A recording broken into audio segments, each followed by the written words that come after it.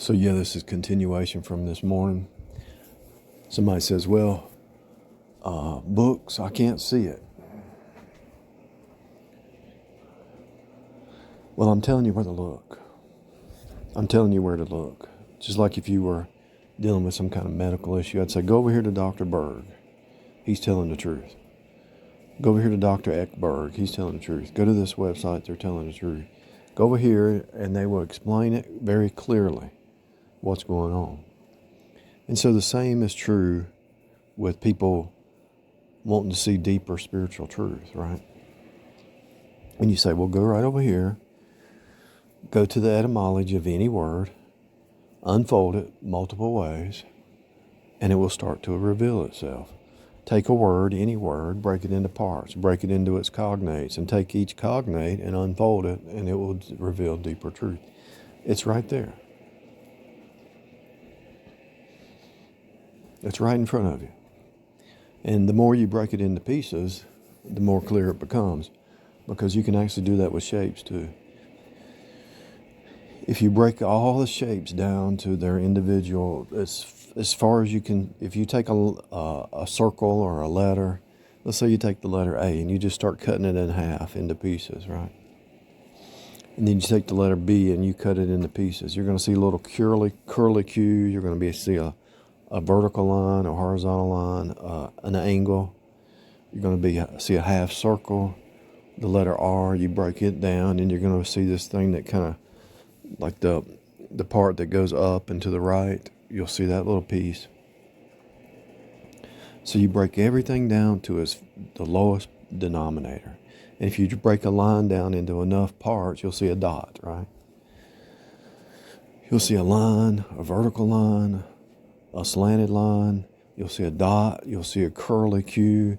You'll see let's say a capital letter Q, and you break that into parts, you're going to see that part that goes down.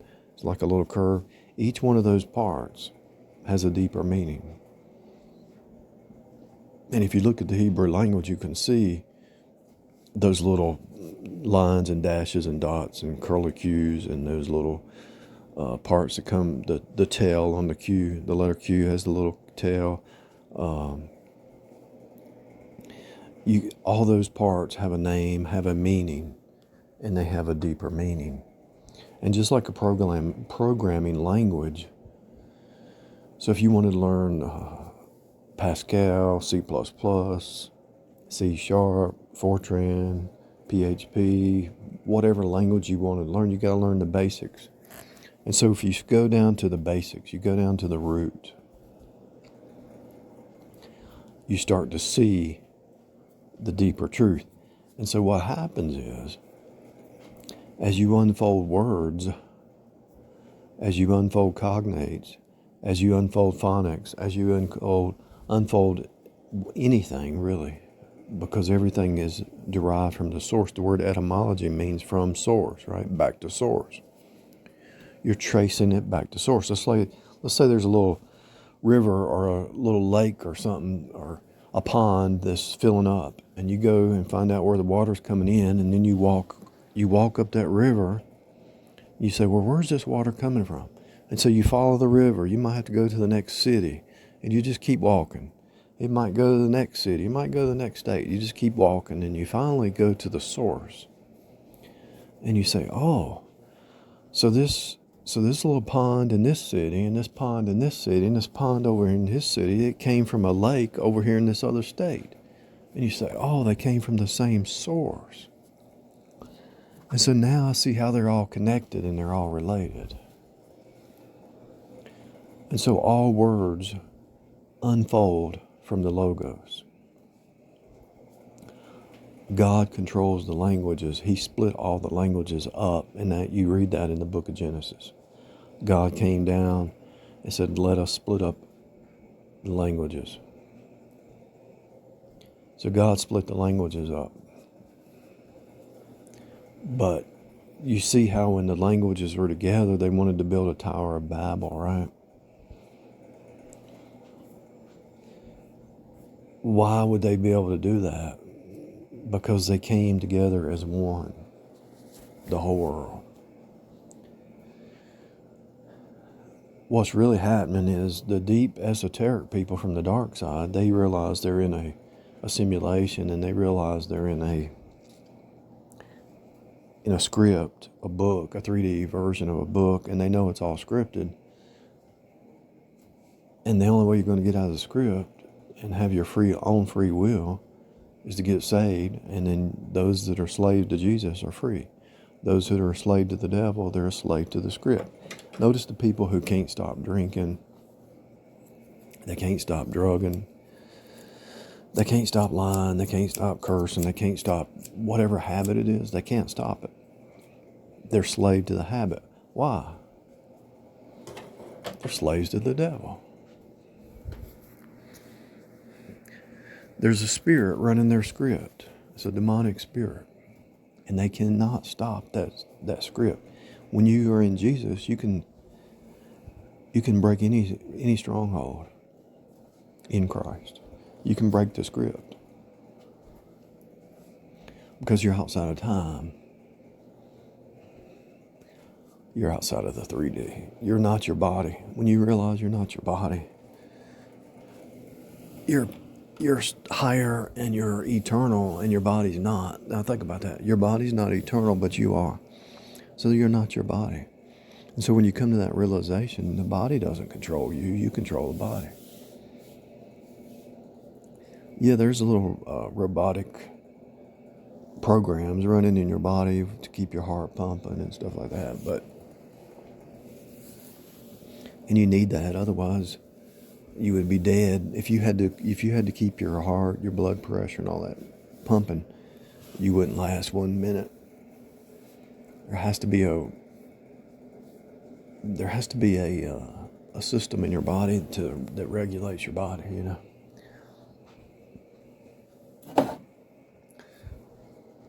The matrix, the machine.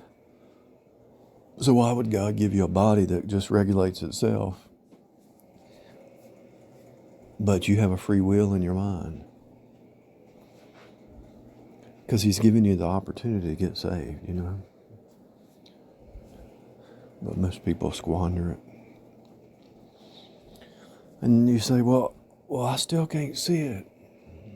Pray about it. Take any word. I don't care what word it is. And you unfold it. You go to the etymology. If you need to start out in the dictionary, that's fine.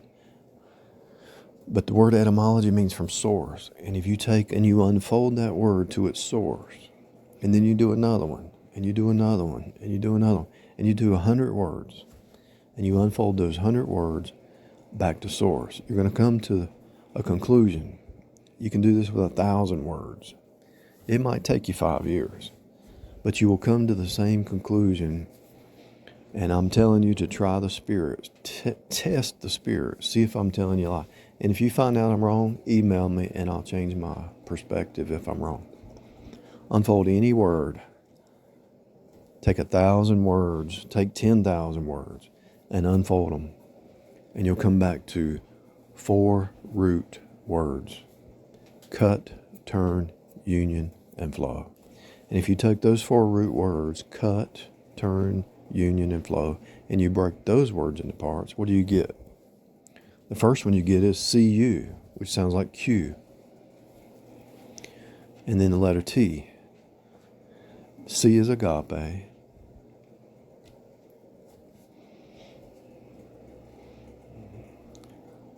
T is the cross.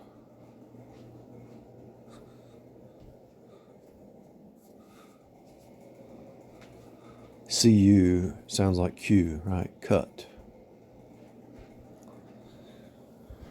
So God has taken the Q creatures, Q-U-E, and so U is like U, E-W-E. So God has taken the Q creatures, which are the sheep, changing them into born again via the cross. QT. That's why it's Q-tips. Because the Q-tips are the saints giving you a tip on how to get out of this place. Turn. take the word turn and break it into parts. T-U-R-N. T is the cross, U is the sheep, R is royalty, U to be, N is the snake and the fish. Turn. By the cross, you are turned back in, and it's like an urn.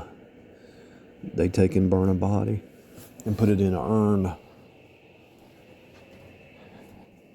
Die daily, take up your cross, follow me. Sackcloth and ashes, turn. Union.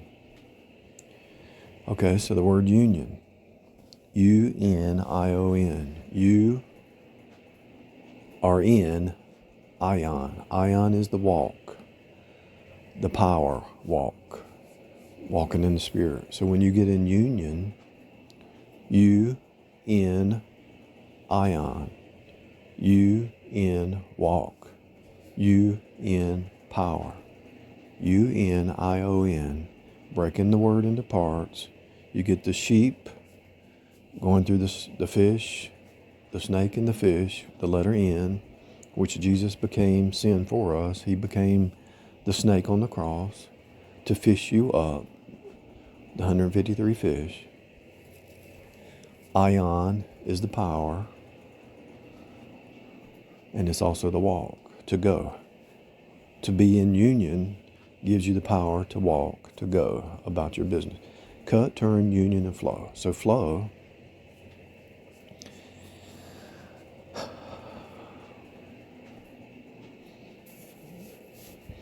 flow goes back to follow, an ordered list. F-L-O-W. Your body W. The letter F is 6, which is man. He doesn't have the power in his own strength. But as an ordered list, in Q, Q-U-E-U-E, you're in Q after Christ. Because you went through the cutting process, you went through the turning process, you went through the union process, faith alone and Jesus alone. And so you became one with God. So now you're able to flow. So you move from the 6, the letter F, by God, L, E-L goes back to God. L, the letter L sounds like E-L. O-L or L-O is ordered list, your body W. So the W is double you, your body double. So you're seated in the heavenlies in Christ. So your body double down here has the Holy Spirit, the earnest of the Spirit. So you're able to flow because of the power of Christ in you. So you're following after, follow, F-O-L, F-O-L-L-O-W. You're following in an ordered list after Christ. In your body double, which is down here inside time, and time is befallen. So you're down walking down here in this befallen, corrupt system. In a fallen, corrupt body that's going back to the grave. The letter F is 6 foot under, so they're going to bury you 6 foot under, the letter F. But you're following after by faith, an ordered list, in Q. And so if you look at the Star Trek series, there was these creatures called Qs. And they'd say, hello, Q. And the other one would say, hello, Q. And these Q creatures had supernatural powers. The Q continuum. Why is it called a continuum? Because it's forever. It's eternal. You are a part of the Q continuum. Because you're in series after Jesus, being cut down here, being turned in union to follow after in the flow, in the spirit walk. So what's happening? So here's what's happening. No matter what you look at, any word, if you break it down into its constituent parts, its individual, break it down as far as you can get, and you pray about it, and God is going to start to show you the truth that's hidden in plain view. Now, you might not take it down to the extreme that I took it, but you can look out in front of you and look at a tree, and you can say, okay, what's the deal with that tree? What is going on with that tree? Well, that tree is upright. It was here before I was born. It's here. It's going to be here after I'm gone. How's it has longevity. It's faithful. It's dependable. And so you take the word faithfulness, faithful, full of faith. So a tree is upright, it's stable, it's faithful, represents full of faith. So a tree represents faith. And so you look at a street or a road and you say, okay, street is S-T, S is snake, T is the cross. A roadway, Jesus is the way. You can only go one way. There's one way. Jesus is the path, the way, the truth, the life. So Jesus is the way. So every road, every highway, every street, every boulevard points back to Jesus.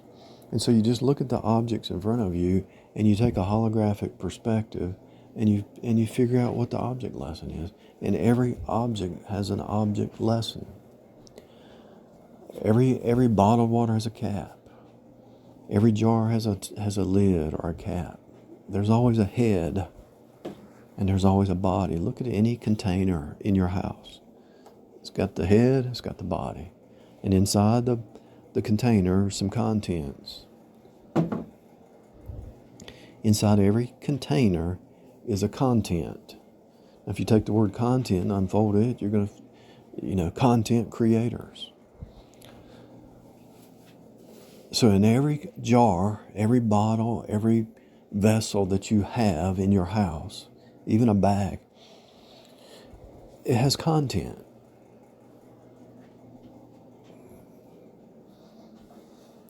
And so you are a vessel and you're a content creator. And you don't even know it. And so while I got my phone here, I'm going to pull up the word content. I'm going to break it into parts. And we're going to see content, together tent. What is a tent? It's a vessel. So content means to rest or be satisfied, right? Contained, to hold together. C-O-N means together. Ten goes back to stretch. T-E-N goes back to stretch. But let's look the word, let's go to the word ten, and then we'll go look at the word tent. Something stretched, T-E-N.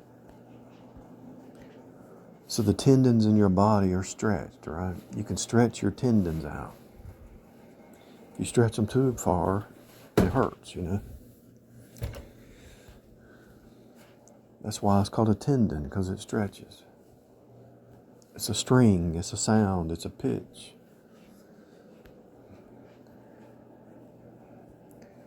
So your water vessel, your tent, let's look the word tent up. So you take and you unfold the words. Tent. To camp, a portable shelter. Your body is a portable shelter. And the word tent goes back to stretch. Why? Because you take each side of the tent and you stretch it, right? And so what do you do when you go into a tent? That's your covering. That's your temporary covering. So your body has tendons that stretch out. Your skin stretches out over your body, over your bones and stuff. And so you are a tent. You are a vessel. And so as the body is walking down here, it's like a tent. It's like a temple. It's a framework. It's a stretch. So when you look at a book or you read a book, it has content, right? And you flip the page and there's some more content. You flip the page and there's some more content. And so you look at all the humans in the world who are walking around in a tent and they're all together doing whatever. And each person has different content. And you can pick up stuff from every person. It's like turning the page. Each person has different content. That's why on YouTube, you go to a different channel and there's different content. And you go to this channel, there's different content. Because it's like looking at different tents. And it's the spirit of the person speaking out. The spirit of the man, what's in the heart, comes out through the mouth, right?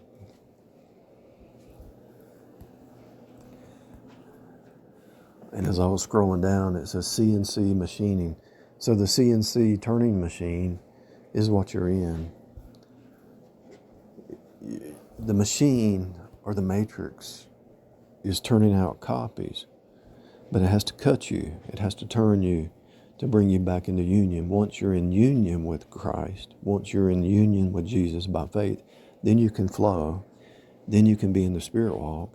Then you can be happy and joyful and content and settled and upright like the tree. And you can actually help people see the deeper truth because you have the Spirit in you, which can see deeper. Because the Spirit in you is outside of time, outside of space. It's eternal. And if that same Spirit dwells in you that was in Christ, the same Spirit that dwells in you will quicken your mortal bodies. The synapses in your brain will start clicking. And the word synapse actually means synagogue. And so the synapses start clicking. And you start to say, oh, it's been here my whole life. Oh, wow.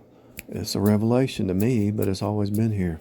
But as you speak it out, you're revealing it to the whole world. And the more truth you speak to the whole world, the more it's being revealed. And that means that Jesus is coming back. The more revelation is starting to appear, the faster he starts to appear. Which is actually it's actually working together. As he's starting to appear, he's starting to reveal more stuff. So as the culmination of the ages happen, people around you are going to start to speak stuff that reveal the whole pie, because most of the people, your grandparents, your parents, they only saw pieces. But now you have the ability to see the whole, because there's people speaking the whole truth, like myself. And so when a person comes on the scene that speaks the whole truth and not partial truth, they have to attack that person because they've been so trained by their society, their bloodline, their culture, to only their experience only live in that little piece. And so they fight against each other because they're in that little piece of the truth and not the whole truth. And so the whole pie being preached to all these piecemeal creatures creates drama for them. It doesn't create drama for the person who's in wholeness, but it only creates drama between the pieces because the pieces fight amongst each other, but that's part of the cutting process. And so as the pieces fight each other, they're being cut by each other to turn each other back to oneness, towards wholeness, so they can flow. But all the pieces of the pie are fighting.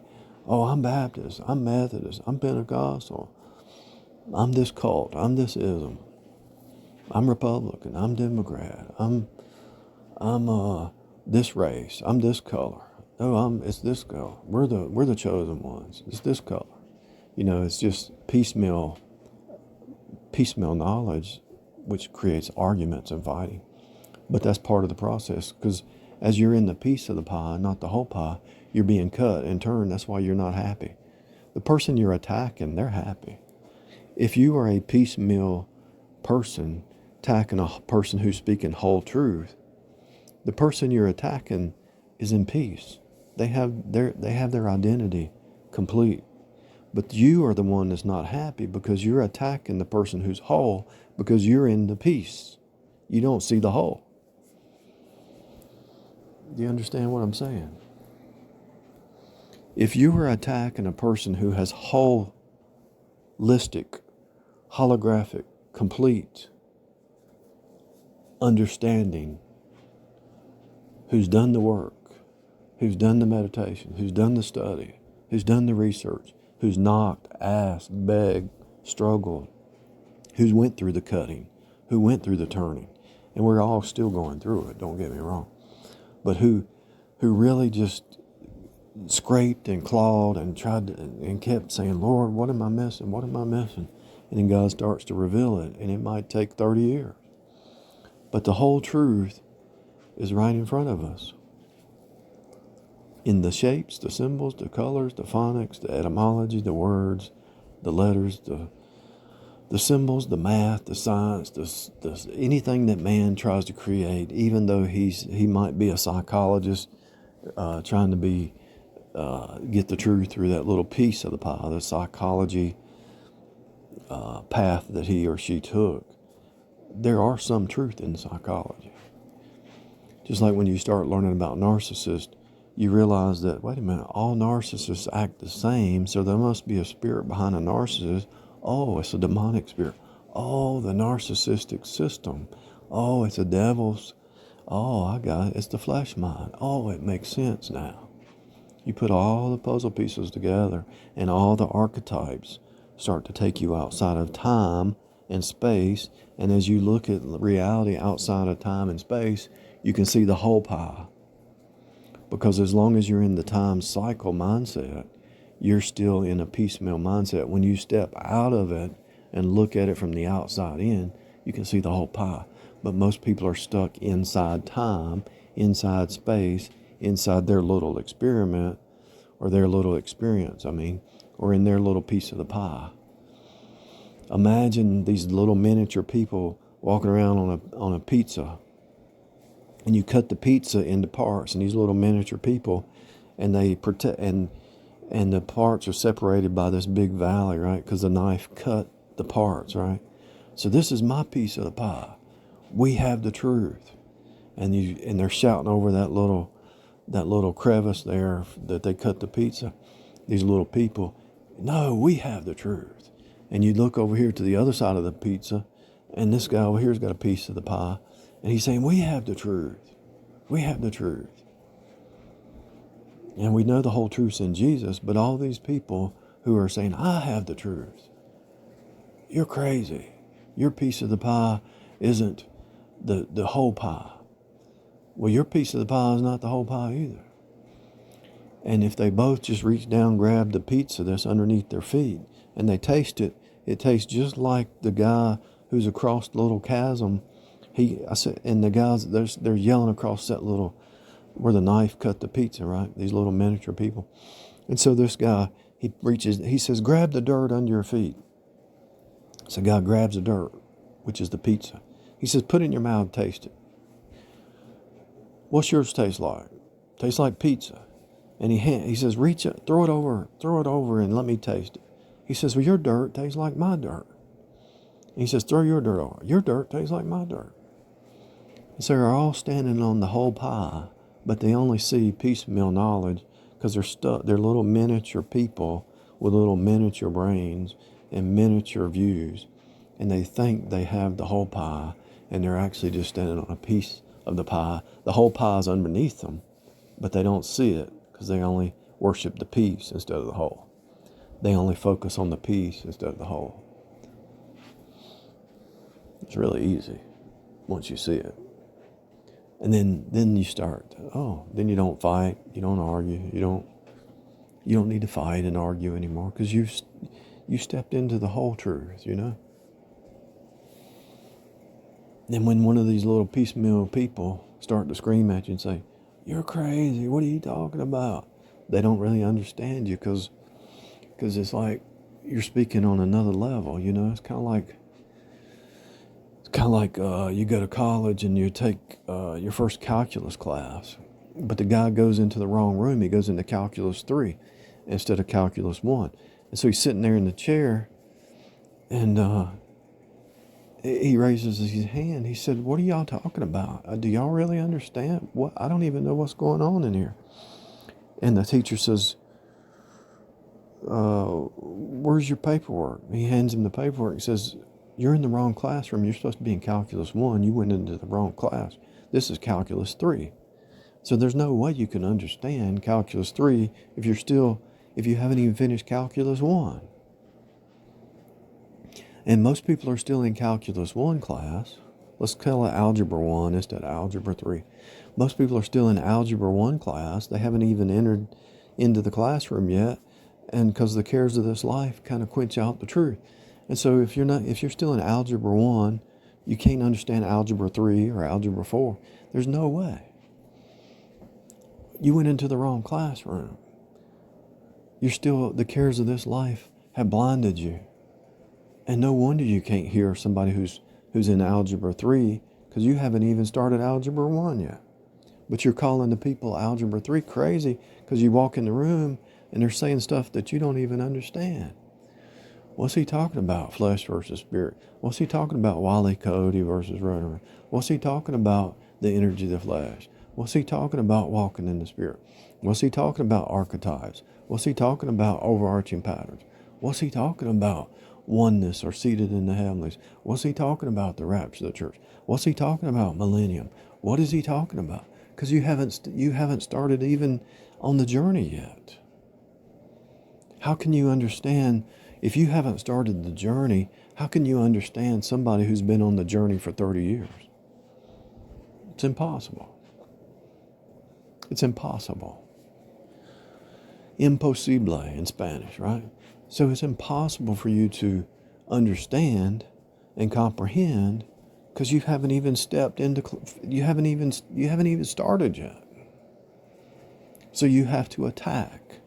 So the guy goes into Algebra 3 classroom by mistake, and instead of looking at the professor and the people and say, "What are y'all talking about?" He starts yelling at them, "Y'all are crazy. None of this stuff makes sense. You're talking jibber jabber. What are you talking about? What are you talking about? X, Y is equal to Z and divided by another X, Y, Z or whatever. You're not making sense. What is the square root? What are you talking about? Square roots. What are you talking about? Integration. What are you talking about?" Because you haven't even started the journey yet. So you think everybody else is crazy because you are so focused on the TV and the news and the music and he said, she said, and what the drama's going on with your girlfriend or your boyfriend or your kids or the school or the media or the news. Do you realize that all the news is a distraction? All the music, all the Hollywood, it's all a distraction. The truth is hidden in plain view, but because you have the noise on, you can't see it because you haven't even started Calculus 1 or Algebra 1 or any class yet because you are in the drama, the Draco-Ma system. What do you mean Draco-Ma? Exactly. You don't even know what I'm talking about. You're still in the Draconian, Draco-Ma material realm mindset. You're still a brute beast, and you have no idea that you're even a brute beast. You don't even know what that means. You're a brute beast, and you don't even know you're a brute beast. You're a Jerry Springer actor in the script of life, but you look at Jerry Springer and laugh at them, but you are the Jerry Springer because the cares of this life have drowned out the deep spiritual truths. Because you are the Jerry Springer, so when you watch Jerry Springer, you're looking at a mirror image of yourself. Because you're fighting about the pieces of the pie instead of seeing the whole pie.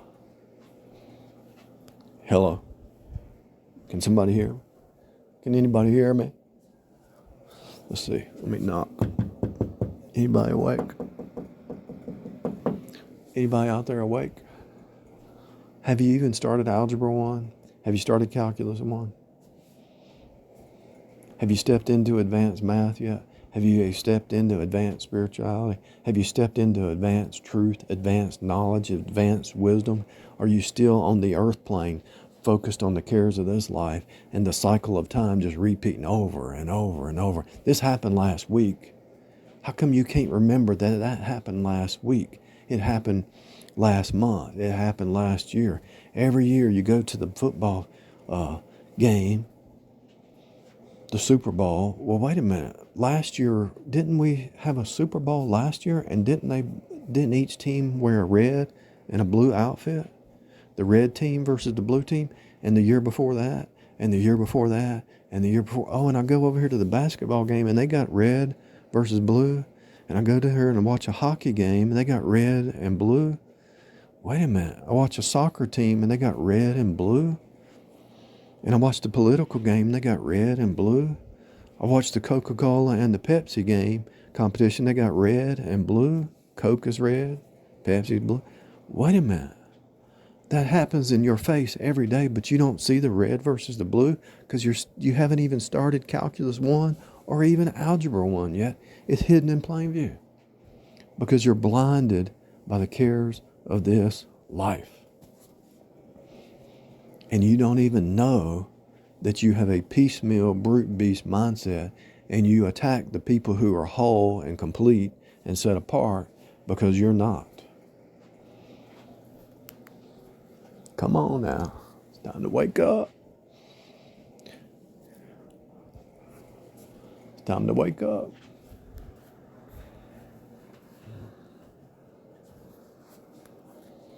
I wish I had a bell.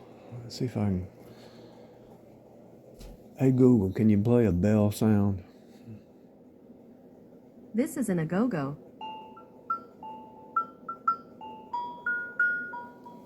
That's not what I was looking for. It's time to wake up, people. It's time to wake up. Hey Google, can you play a wake up alarm All right, when for? right now? Done. Your alarm's set for 11:47 p.m. I don't hear it yet.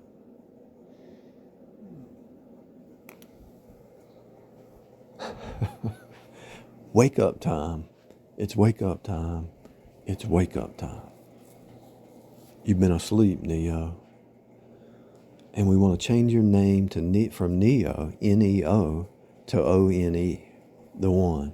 And so when you wake up and the family members around you and the people around you see you wake up, then they're going to start attacking you because you have left Babylon, you left Egypt, and you decided to walk the spiritual walk, just like Bunyan guy who wrote the Pilgrim's Progress. He had to leave everything, and they all looked at him like he was crazy because they cared about the cares of this life so much they couldn't see the spiritual realm.